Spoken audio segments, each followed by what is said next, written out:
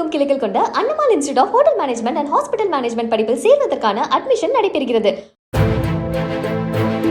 சென்னை அண்ணா பல்கலைக்கழக மாணவி பாலியல் வழக்கில் சென்னை மகளிர் நீதிமன்றத்தால் குற்றவாளி என அறிவிக்கப்பட்டு ஆயுள் தண்டனை விதிக்கப்பட்ட ஞானசேகரனின் வீட்டை அறநிலையத்துறை மற்றும் மாநகராட்சி அதிகாரிகள் அளவிடும் பணியில் ஈடுபட்டனர்.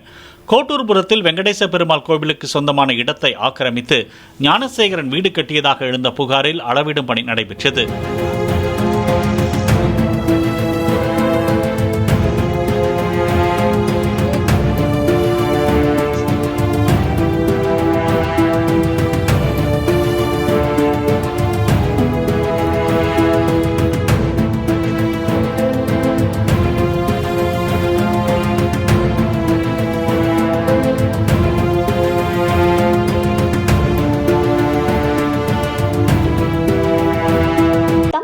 கிளைகள் கொண்ட Annamal institute of hotel management and hospital management படிப்பில் சேர்வதற்கான அட்மிஷன் நடைபெறுகிறது.